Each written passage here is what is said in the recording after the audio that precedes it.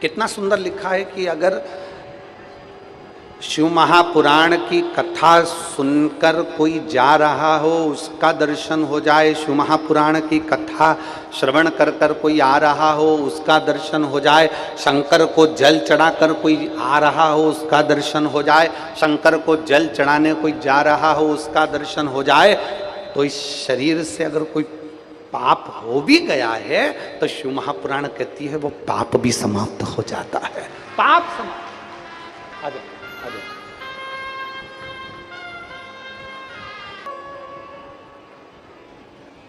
एक शिव भक्त पर हंस दिए जयध्वज, असुर बन गए, बहुरोमा राक्षस बन गए, असुर बन गए। विचार करा मैं करूं क्या? असुर हूं, राक्षस हूं, क्या कर सकता हूं? देवऋषि नारद के चरण पकड़ लिए, आप उत्तर दीजिए कि मेरा कल्याण कैसे होगा, मेरा उद्धार कैसे होगा। शिव महापुराण की कथा नरसिंह पुराण में बहुरोमा का चरित्र लिखा हुआ है। नरसिंह पुराण में वर्णन आता है, देवऋषि नारद ने कहा जिस दिन शंकर के मंदिर की चौखट के बाहर बैठे रहना, कोई अगर मंदिर में सफाई कर रहा होगा, उसके कपड़ा निचोड़ रहा होगा, उस कपड़े का अगर छींटा भी तेरे शरीर पर पड़ गया, उसी दिन तेरा कल्याण हो जाएगा, उसी दिन उद्धार।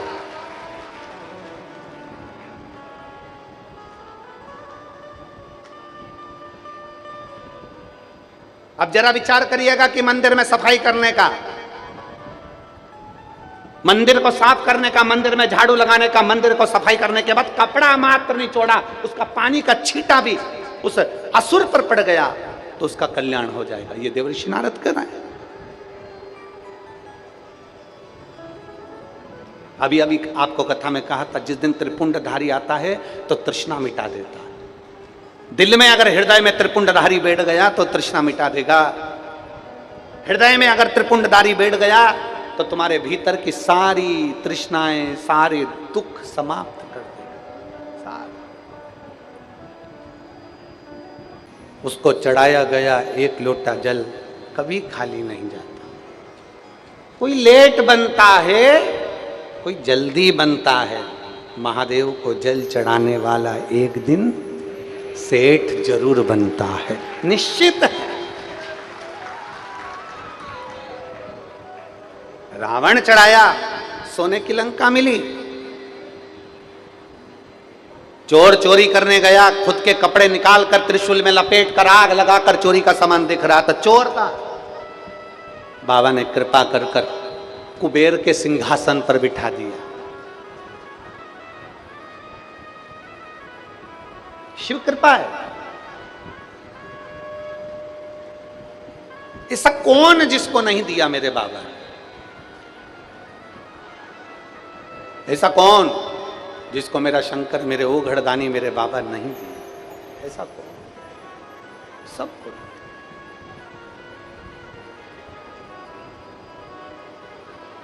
शिव महापुराण की कथा कहती है, बहुरोमा दैत्य। नरसिंह पुराण की कथा कहती है बहुरोमा दैत्य शंकर के शिवालय के बाहर, मंदिर के बाहर बैठ गया।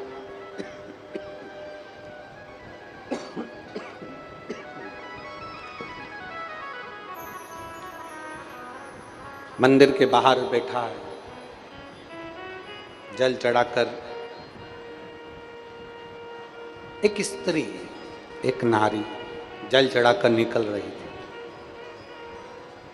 मंदिर में थोड़ा सा सफाई करने के उद्देश्य से वस्त्र कहां ढूंढती? अपने साड़ी के पल्लू से उसने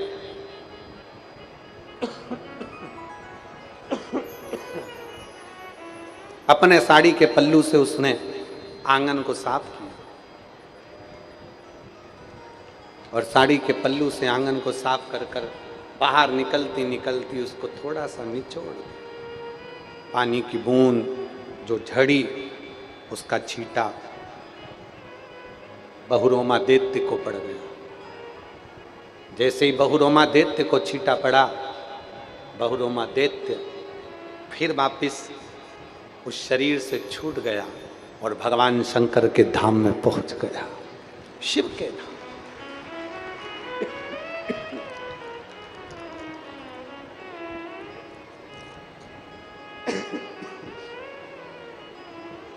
भगवान शिव जी के धाम में पहुंच गए। बहु रोमा।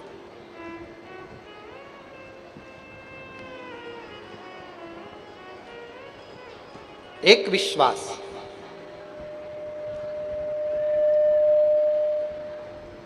एक भरोसा, एक दृढ़ता शिव के करीब में लेकर जाती। एक कथा आती है देवराज नाम के ब्राह्मण की, बहुत सावधानी से सुनिए। इस दिल को, मन को भगवान में लगाकर सुनिए। बहुत दूर दूर से पैदल चल कर आए हो, बहुत 150 रुपये खर्च कर कर भी आए हो, डीजल में, पेट्रोल में, गाड़ी में। यहाँ से खाली नहीं लौटना है अपने को। जितनी बड़ी झोली है ना, उसको पूरा भर कर लौटना है बाबा के पास से। शिव महापुराण की कथा में आए हो ना, तो दिल से बाबा से प्रार्थना कर। देवराज नाम का ब्राह्मण है। ब्राह्मण कुल में जन्म भी मिल गया, ब्राह्मण के घर में आ भी गया, पर सत्कर्म से वंचित है। अच्छी कुर्सी मिल जाए ना, अच्छा पद मिल जाए ना, अच्छी प्रतिष्ठा मिल जाए, आपकी सत्ता, आपका वैभव, आपकी कुर्सी, आपका पद, आपकी प्रतिष्ठा अगर आपको अच्छी मिली हुई है, घर के आप बड़े हो, आप अध्यक्ष हो, आप उपाध्यक्ष हो, आप सचिव हो, आप जो भी हो, अगर अच्छे पद पर बैठे हो, घर के आप बड़े हो, बयो हो, वृद्ध हो, घर के अगर लोग आपका कहना मानते हैं, तो शिव महापुराण की कथा कहती है पीछे मत हटना। अपने एक एक घर के व्यक्ति को शंकर के मंदिर तक भेजने की जवाबदारी अपनी बनती है। शिव महापुराण की कथा कहती है, भगवान शंकर की कथा कहती है, अपने घर के बच्चों को प्रॉपर्टी दोगे, अपने घर के बच्चों को जायदाद दोगे, अपने घर के बच्चों को सोना चांदी जेवरात दोगे। शिव महापुराण की कथा कहती है अपने घर के बच्चों को ये सब देना मना नहीं है, पर घर के बच्चों को थोड़ा थोड़ा संस्कार भी देते रहना। शंकर के मंदिर तक, देवालय तक, शिवालय तक, मां नर्मदा की गोद तक भेजते रहना, जिससे बच्चों में संस्कार बना रहेगा। तो तुम्हारा दी हुई प्रॉपर्टी, तुम्हारा दिया हुआ वैभव, तुम्हारा दिया हुआ धन, तुम्हारा दी हुई संपदा वो संभाल सके।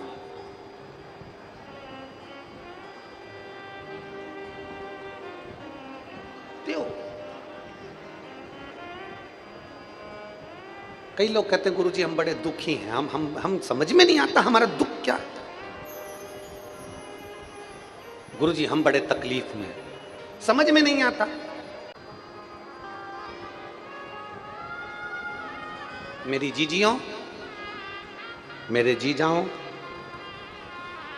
आप लोग आए जरूर हो, पर यह सोचना हमेशा आप ओमकारेश्वर आते थे तो आपकी मर्जी से आते थे, पर आज यदि ओमकारेश्वर की इस पवित्र भूमि पर बैठकर आप शिव महापुराण की कथा सुन रहे हो, तो आज आप अपनी मर्जी से नहीं आए हो। आज ओमकारेश्वर बाबा ने अपने घर के कार्यक्रम में तुमको बुलाया।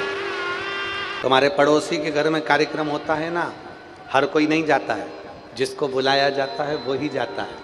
तो ओमकारेश्वर की कथा में वही आता है जिसको मेरे ओमकारनाथ ने अपना समझकर बुलाया हो, जिसको बुलाया। बोल बम का नारा है सारी समस्या का हल। भगवान शिव ने जिसको पुकारा, भगवान शंकर ने जिसको बुलाया, वो यहां पहुंच गए, भगवान शंकर के धाम पर आ गए। देवराज ब्राह्मण है, देवराज ब्राह्मण के घर में जन्म लिया, पर ब्राह्मण कर्म नहीं कर पाए। ब्राह्मण कर्म से वंचित है। कभी कभी भगवान को धन्यवाद देना कि तूने ये मानव का शरीर दिया। लोग कहते हैं मैं बड़ी दुखी हूं, लोग कहते हैं मैं बड़े तकलीफ में हूं, परंतु भगवान को धन्यवाद देते रहना कि तूने ये शरीर दिया। एक मिठाई और एक दवाई। सब लोग खाते हैं, बोलो जम के, बोलो मेरे जीजाओ, खाते हो कि नहीं खाते हो? खाते हो ना जीजियो तुम? मिठाई और दवाई ये दोनों चीज सब खाते हैं, पर दोनों में एक अंतर है। मिठाई अपने मन से खाते हैं, दवाई डॉक्टर के मन से खाते हैं। बोलो सही है कि गलत है? हाँ, तुम में से कोई ऐसा हो जिसकी मर्जी हो, उसको बड़ा शौक हो दवाई खाने का, तो वो निपटा जाता। फिर कई कई माताओं की आदत रहती है रात को सोने से पहले जब तक वो पूरे मुंडे पे बाम नहीं लपेट ले तब तक उसको नींद ही नहीं आती। उसका पति भी 2-4 बार बोल दिया, पागल हो गई है क्या? सिर दुख रहा है? नहीं। सर्दी हो रही है? नहीं। खांसी चल रही है? नहीं। तो फिर बाम क्यों लगाया? नींद नहीं आ रही। अब बताओ, इसको जब तक ये बाम लपेटे नहीं तब तक इसको नींद आए।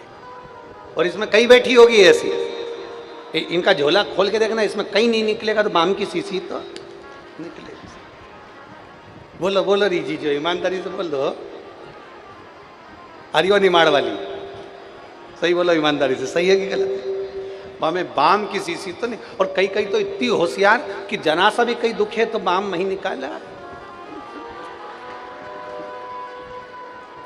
अच्छा, ऐसी होशियार, इनका दांत भी दुखे तो बाम घुसड़ लिया। इतनी चतुर चतुर बैठी है।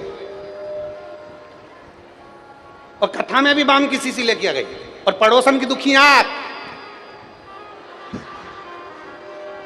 अच्छा, उसके पास वाली को लग रहा कि ये कथा में रो रही है, रो नहीं रही है।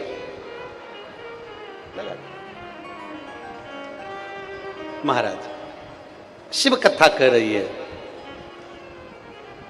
एक मिठाई एक दवाई, दोनों सब खाते हैं।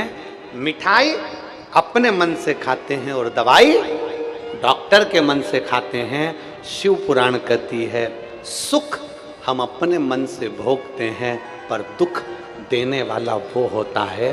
कितना देना है, कैसे देना है, किस तरीके से देना है, ये वो जानता है। बस इतना ध्यान लगा कर बैठो कि मिठाई अपने मन से खा सकते हैं, पर दवाई डॉक्टर के मन से। उसी तरह सुख आता है हमारे कर्म के अनुसार, दुख भी आता है हमारे कर्म के अनुसार। दोनों को भोगना है। चाहे तुम हंसकर भोग लो, चाहे तुम रो। पर निवेदन, हरि मत बुरे कर्म कर बंदे, वरना पछताएगा। भगवान की आंखों से तू बच नहीं पाएगा, तू बच नहीं पाएगा।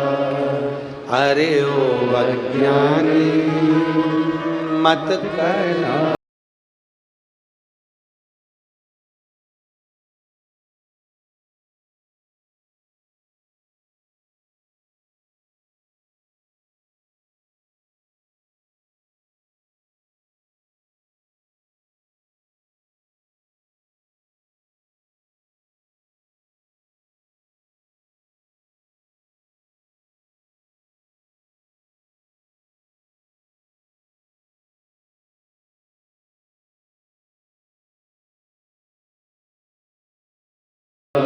अपने कर्म का भोग हमको भोगना है। अच्छा करोगे तो भी मिलेगा और बुरा करोगे तो।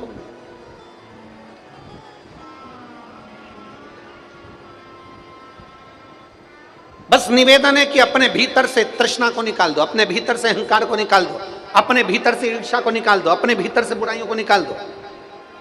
कई लोग ऐसे मिलते हैं, अरे गुरुजी किसी ने कुछ कर दिया होगा। एक माता ने लिखा है, मैं रोशनी पति गजेंद्र केवट, मैं खरगोन कुंदा नगर की रहने वाली हूँ। मेरा मोबाइल नंबर ये है, कहीं बैठी हो तो हाथ हिलाइएगा। मैं रोशनी पति गजेंद्र केवट, मैं खरगोन कुंदा नगर मध्य प्रदेश की रहने वाली हूँ। मेरा मोबाइल नंबर आई है, हाथ हिलाओ।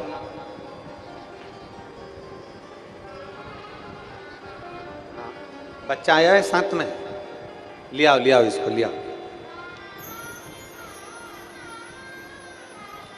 गुरुजी, शादी के बाद लोग इंतजार करते हैं 2-5 साल तक कि बच्चा हो जाएगा, 2 साल 3 साल 4 साल 5 साल 6 साल में हो जाएगा। हमारे कई वर्ष निकल गए, 8 वर्ष तक हमने इंतजार, 9 वर्ष तक इंतजार करा। कोई ने कह दिया कि तुम्हारी गोदी बंदी है, कोई ने कह दिया तुम्हारे यहाँ बच्चा नहीं हो सकता, डॉक्टरों ने कह दिया कि तुम्हारे यहाँ संतान का सुख नहीं है, जगह जगह जाकर गोदी भरवाई, सब कुछ करा, कोई बंधन कर देता था। पर गुरुजी 12 वर्ष निकल गए ये सब करते करते, पर संतान का सुख नहीं हुआ। आपकी कथा में आपने कहा कि दुनिया में कोई ऐसा नहीं, किसी की सामर्थ्यता नहीं कि कोई बंधन कर दे, किसी की सामर्थ्यता नहीं कि कोई किसी की बुरा कर दे। आप कहते हो ना कि कोई किसी का बुरा नहीं कर सकता, और ये पक्का है गुरुजी। कथा पर भरोसा करा, विश्वास करा, और मोबाइल पर 7 दिन की कथा पति पत्नी हम दोनों ने आसन लगाकर मोबाइल को सामने रखकर सुनी और पशुपतिनाथ का व्रत करना प्रारंभ करा। 12 वर्ष तक औलाद नहीं हुई गुरुजी। बाबा की कृपा से 3 महीने के अंदर गर्भ ठहर गया और 24/8/2022 को मेरे यहाँ पर संतान की प्राप्ति 12 साल के बाद, 12 वर्ष के बाद संतान की प्राप्ति हुई। और दुनिया के लोग कोई कुछ कहे, कोई हमें लगता है कि लोग बुरा कर रहे हैं, हमें लगता है किसी ने हमारा बुरा कर दिया होगा, किसी ने बंधन कर दिया, किसी ने ये कर दिया, किसी ने वो कर दिया। ना, शिव महापुराण की कथा कहती है कोई तुम्हारा बुरा नहीं कर सकता, अपना बुरा अपन स्वयं करते हैं। अपने कर्म का भोग अपने को स्वयं भोगना है, अपना अच्छा करना है अपने को और अपना बुरा करना है अपने को, यह आपके ऊपर निर्भर करता है। पूरे नर्मदा तटवासियों को, खंडवा, खरगोन, बूंदी, हरसूद और आसपास में बड़वाह वगैरह सारे लोगों को यह मौका मिला है कि अपने नगर के पास में इतने सारे शंकर के भक्त, शिव जी, अभी तक हमने फिर कहा, अभी तक आते थे अपनी मर्जी से, आज अगर इतने सारे शिव भक्त आए हैं तो ये शंकर के मेहमान है। शंकर के मेहमान मतलब अपने मेहमान। आज मौका मिला है, अपनी तिजोरी का ताला खोलो और कहीं पानी का पाउच, कहीं पानी की बोतल बन सके दोनों हाथों से, यहां से लेकर मोर टक्का तक और यहां से लेकर ओमकारेश्वर तक के बीच में जितना बन सकता है इन शंकर के भक्तों की सेवा में लग जाओ। ये मौका मिला है। और एक छोटी सी डायरी लो, उस डायरी के एक पन्ने पर लिखकर रखो, 9 तारीख को ओमकारेश्वर में कथा चालू हुई, हमने 9 तारीख को 15 रुपए का पानी पिलाया। वो 15 रुपए का पानी 3 महीने बाद हजारों लाखों में ना चले जाए तो हमको जरूर बताना कि उसका फल मिला कि नहीं। जितना बन सकता है सेवा करो, जितना। और मेरी जीजियों से भी निवेदन है, आप फ्री हो जाओ ना तो वो खंडेलवाल भजन में, खंडेलवाल जो भवन है वहाँ पहले तो भोजन यहीं बन रहा था, हमारे दोनों विधायक लगे हुए थे, यहीं पर सारी व्यवस्था करवाई थी। श्री नारायण जी पटेल जी ने और श्री सचिन बिरला जी ने पूरी व्यवस्था यहाँ करवा दी थी। पर पानी आ गया, जमीन गीली हो गई, तो भोजन की व्यवस्था यहाँ 800 मीटर की दूरी पर इसी ओमकारेश्वर रोड पर खंडेलवाल भजन भवन है, उसमें पूरी खंडेलवाल समाज को बहुत बहुत साधुवाद देते हैं जिन्होंने वो खंडेलवाल भवन दिया। उसमें भोजन बनना प्रारंभ। तुम्हें समय मिल जाए सेवा करने पहुंचो। क्या सेवा है वहां पर हमको बताओ। पूड़ी बेलना है हम बेलेंगे, सब्जी काटना है हम काटेंगे। यहाँ आए काय के लिए? सेवा के लिए आए। कथा सुनो, सेवा करो, सहयोग करो। 7 दिन मां नर्मदा के तट पर सेवा करना है हमको, जितनी बन सके।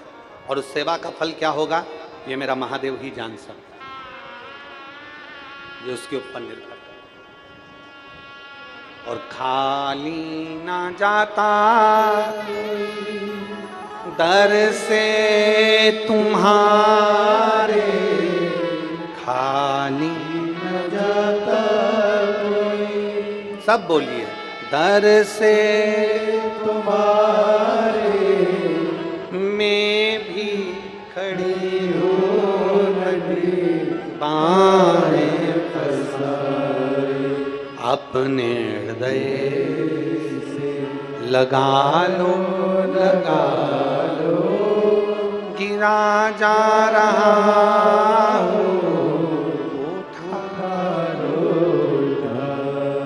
भोले अपने दर से अब तो न टालो, गिरी जा रही हूँ, उठा लो।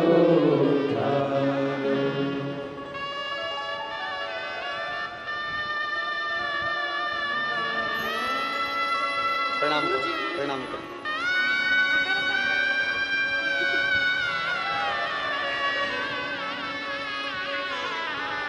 12 वर्ष के बाद 2022 में इस बच्चे का जन्म हुआ। एक बार जोरदार ताली बजाएं। शिव कृपा।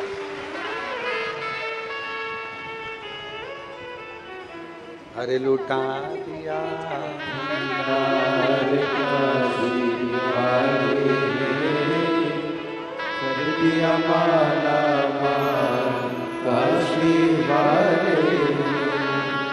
ये शिव भक्ति से प्राप्त, उसकी उदारता से प्राप्त।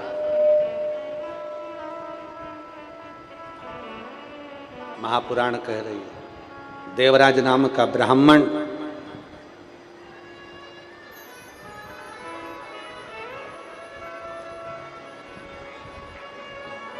देवराज नाम का ब्राह्मण अपने कर्म से वंचित है, अपने कर्म से वंचित।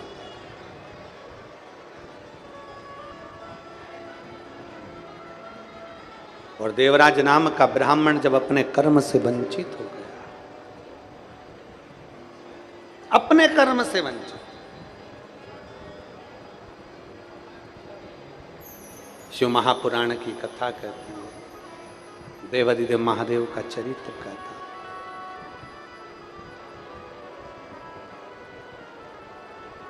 चोरी का धन लिया,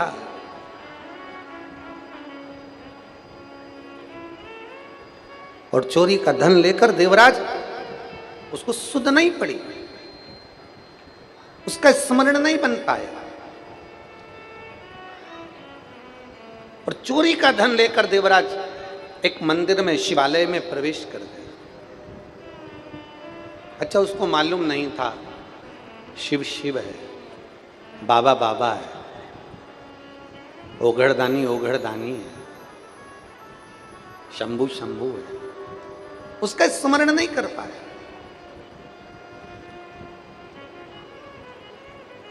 और जिस दिन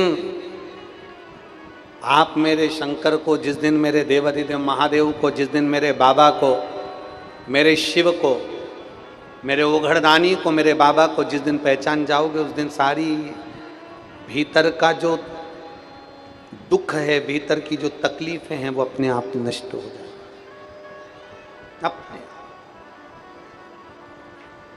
देवराज नाम का ब्राह्मण शंकर के मंदिर में पहुंच गया। शिव महापुराण की कथा हो रही थी और कथा का स्मरण कर रहे थे।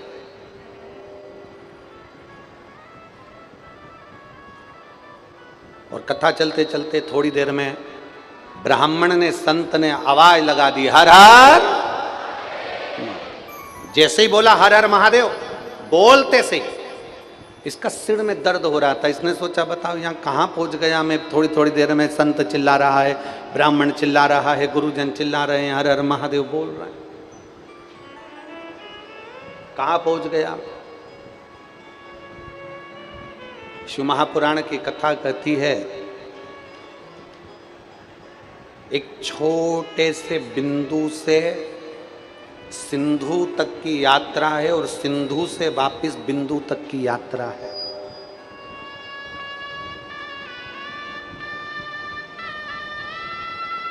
जिस समय पर सबसे पहला शिवलिंग प्रकट हुआ था, एक बिंदु से, घर्षण से, एक दिव्य ज्योति से, उसके प्रकाश से प्रथम शिवलिंग की उत्पत्ति हुई। हमारे बीच में ब्रह्म कुमारी आश्रम की कई जीजियां आई हुई हैं, बहनें आई हुई हैं। ये लोग, आप कभी ब्रह्म कुमारी आश्रम में जाएंगे तो वो भी बताते हैं कि एक बिंदु से, बिंदु रूपी शिव से सब कुछ प्रकट, फिर भगवान नारायण, फिर ब्रह्मा, फिर सृष्टि, फिर आगे आगे पूरा चराचर, फिर पूरा संसार, फिर उसी बिंदु में समा जाना। ये लोग भी बताते साधु, एक बिंदु से बिंदु तक की यात्रा है, बिंदु से बिंदु तक की यात्रा। शिव महापुराण की कथा कर रही है। देवराज नाम के ब्राह्मण ने जैसे बार बार शोर सुना, सिर में दर्द था, आवाज लग रही थी, मन में थोड़ी सी क्षुब्धता आई और क्षुब्धता आकर वो चल दिया। और चलने के बाद विचार करा कि अब मुझे यहाँ नहीं बैठना, चोरी का धन लेकर बाहर निकला। जैसे ही बाहर निकला, निकलते से ही जैसे ही उसने देखा मैं कहाँ जाकर छुपूं, मेरे को बहुत बुखार आ रहा है, मुझे बहुत कष्ट है, शरीर में त्राण उत्पन्न हो रहा है, शरीर में बहुत कष्ट उत्पन्न हो रहा है, मैं कहाँ जाऊं, कहाँ पहुंच गया। और देवराज नाम का ब्राह्मण मंदिर के देवालय के बाहर निकलने के बाद में एक बेलपत्री के वृक्ष के नीचे जाकर बैठ गया। बेलपत्री के वृक्ष के नीचे बैठा था, उसके स्मरण में नहीं आया कि मैं बेलपत्री के वृक्ष के नीचे बैठा हूं, उसके स्मरण में नहीं है।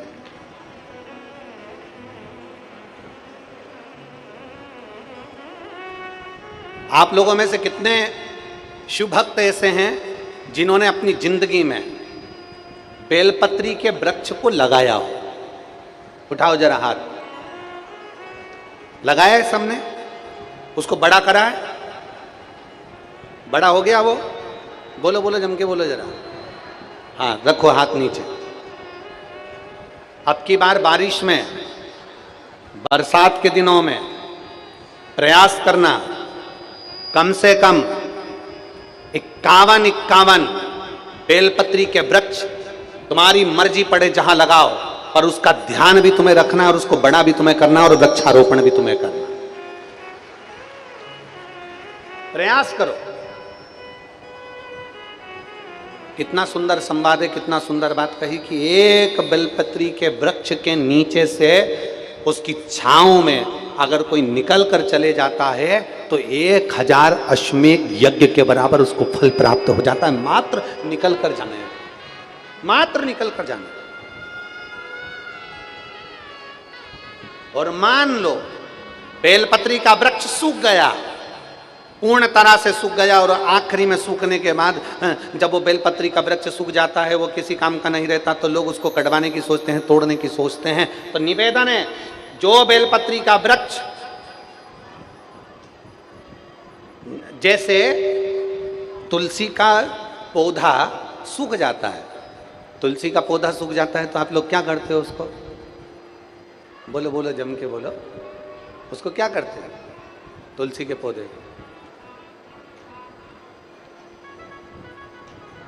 तुलसी के पौधे की लकड़ी को हम वृंदावन लेकर जाते हैं, गोवर्धन नाथ जी की परिक्रमा में लेकर जाते हैं, राधा कृष्ण कुंड पर लेकर जाते हैं, और वहाँ पर कई भगवान के भक्त बैठे रहते हैं, वो तुम्हें माला बना कर दे देते हैं। मान लो अगर माला नहीं बनाना है तो फिर क्या करोगे? तो सूखी हुई तुलसी की जड़ है, लकड़ी है, तो हम क्या करते हैं, उसका कार्तिक महीने में घिसकर चंदन बनाते हैं, और चंदन बनाकर मेरे ठाकुर जी को वो चंदन लगाते हैं, उसको हरि चंदन कहते हैं। उस चंदन का इतना महत्व होता है कि उस चंदन से मेरे भगवान शालिग्राम जी, मेरे ठाकुर जी बड़े प्रसन्न होते हैं। और मान लो तुमने बेलपत्री का वृक्ष है तुम्हारे नगर में, तुम्हारे मोहल्ले में, तुम्हारे गांव में, सूख गया, ना पत्ती आती ना फल आता, पूरा सूख गया, लकड़ी लकड़ी हो गई। अब उसको तुम निकलवा दो, तो कई लोग कहते हैं हम उसको कटवाएं कि ना कटवाएं, उसको निकलवाएं कि ना निकलवाएं, सूख गया वो। प्रयास करना कि हम दूसरा बेलपत्री का वृक्ष लगाएं, और जो सूखा हुआ वृक्ष है, जो कि ना पत्ती है ना कुछ है, बिल्कुल लक्कड़ हो गया, बिल्कुल लक्कड़, फिर उसमें से निकाल कर उसका भी चंदन बनाकर मेरे देवाधिदेव महादेव का लेपन करना प्रारंभ करो। जो मन की कामना होती है वो पूर्ण होती ही है,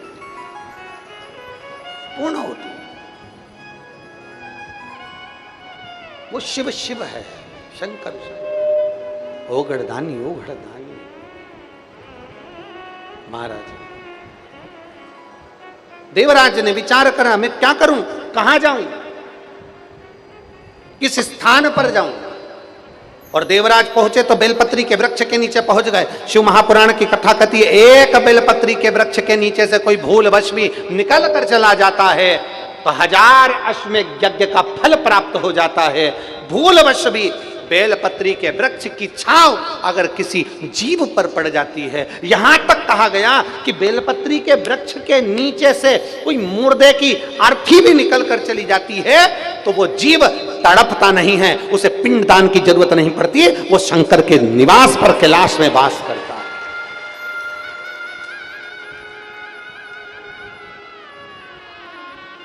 और एक अच्छी बात सीख जाओ, ओमकारेश्वर बाबा का दर्शन करने जाओ, महाकालेश्वर बाबा का दर्शन करने जाओ, भीमा शंकर का दर्शन करने जाओ, केदारनाथ जी का दर्शन करने जाओ, काशी विश्वनाथ जी का दर्शन करने जाओ, मल्लिकार्जुन बाबा का दर्शन करने जाओ।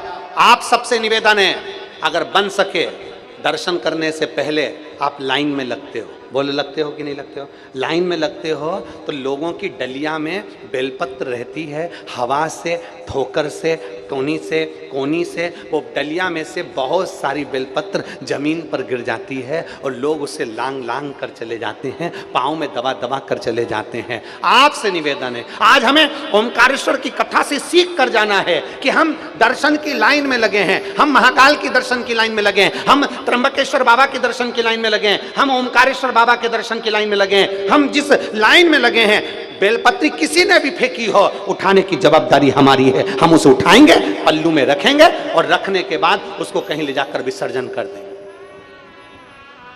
ये जवाबदारी हमारी है, इसको हमें करना है।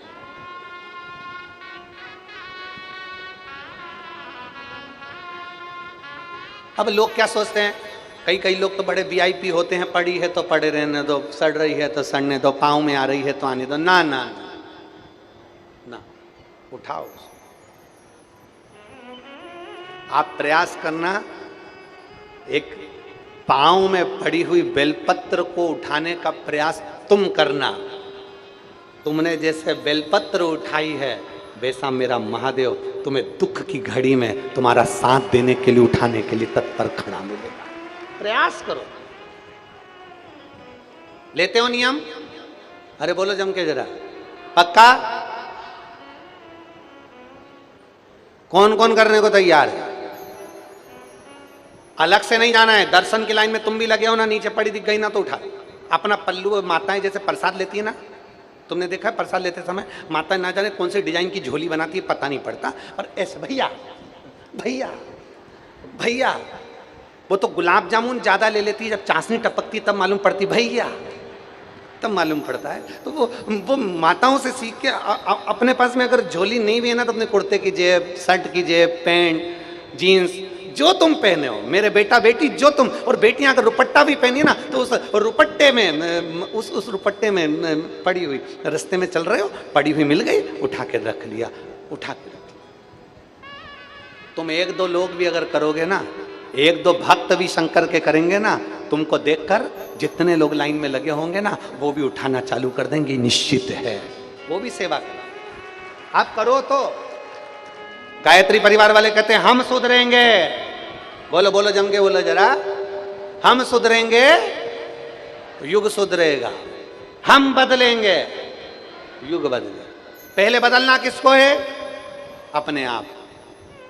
बाप बेटे से कह रहा है नशा नहीं करना, बाप बेटे से कह रहा है झूठ नहीं बोलना, बाप बेटे से कह रहा है गलत काम नहीं करना, और पिताजी मोबाइल पे बोल रहे। किसी ने पूछ लिया कहाँ हो सेठ जी? सेठ जी बोले बस घर पर बैठा था, और बैठा था दुकान पर। तो बेटा सुनता है, कहता पापा झूठ बोल रहे, और अभी कह रहे थे कि झूठ नहीं बोलना। हम सुधरेंगे, बोलो जम के बोलो, युग सुधरेगा, हम बदलेंगे युग बदलेगा। धर्म की अधर्म का, प्राणियों में विश्व का कब होगा?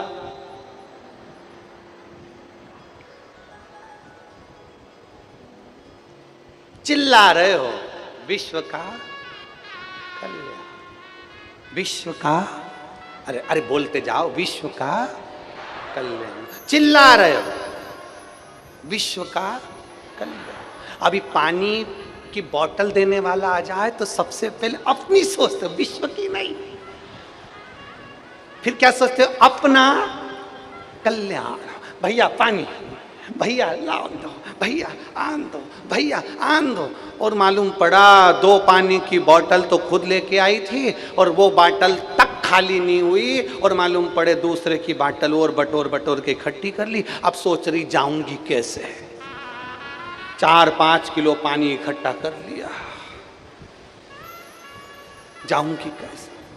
और आवाज क्या लगा रही थी? अरे बोलो, विश्व का। बस कह रहे हो, और सबसे पहले तुम अपने कल्याण की बात कर रहे हो।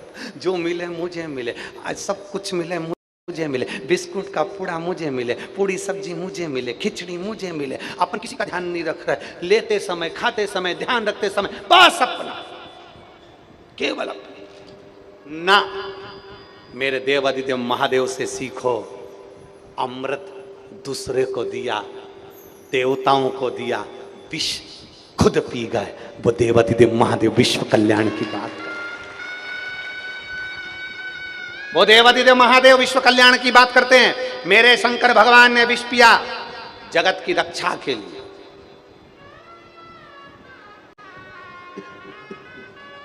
जगत की रक्षा। और शंभु शरण मां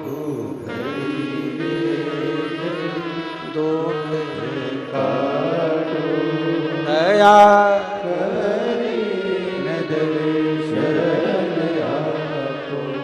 विश्व का गौ माता की। कितने जोरदार बोले। गाड़ी से जा रहे थे, रोड पे गाय बैठी थी, भुर भुर कर रहा, हारन बजा रहा, नहीं उठ रही। टल्ला मार कर चले गया और पंडाल में बैठकर बोल रहा है गौ माता की जय हो। ऐसी जय नहीं चाहिए, थोड़ा समर्पण आपका चाहिए। हमारे गांव की गाय रोड पर बैठी है, हमारे गांव की गाय रोडों पर पड़ी है, हमारे गांव की गाय रोड की पन्नी खा रही है, तो वो गांव का कभी विकास नहीं हो सकता।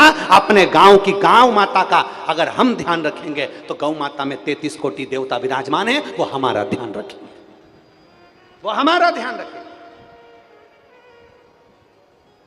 थोड़ा सा हमको समर्पण करना पड़ेगा, थोड़ा हमको ध्यान देना पड़ेगा, थोड़ा सा दे। हम ज्यादा नहीं कहते कि तुम बहुत को ध्यान दो, तुम्हें ज्यादा ध्यान देने की जरूरत ही नहीं। तुम वो जैसे पंडित जी बोलते हैं ना, हाथ में संकल्प देकर, संकल्प जब होता है तो पंडित जी क्या कहते हैं? अमुक नाम गोत्र भगवान का ध्यान करिए। बोलो, बोलते कि नहीं बोलते? अरे जम के तो बोलो, क्या बोलते हैं? भगवान का ध्यान करिए। अच्छा, पंडित जी क्यों बोलते हैं कि भगवान का ध्यान करो? मतलब तुम्हारा ध्यान भगवान में जाता नहीं है। आज तक किसी ने करा, किसी ने बोला तुमसे कि लुगाई का ध्यान करिए? कोई बोला? तुम नी भी करोगे ना तो तुम्हारा ध्यान मत चले ही जाएगा। बाजू में बैठी है ना तो बस पल्लू लेके बस तुम्हारा ध्यान वहीं पे।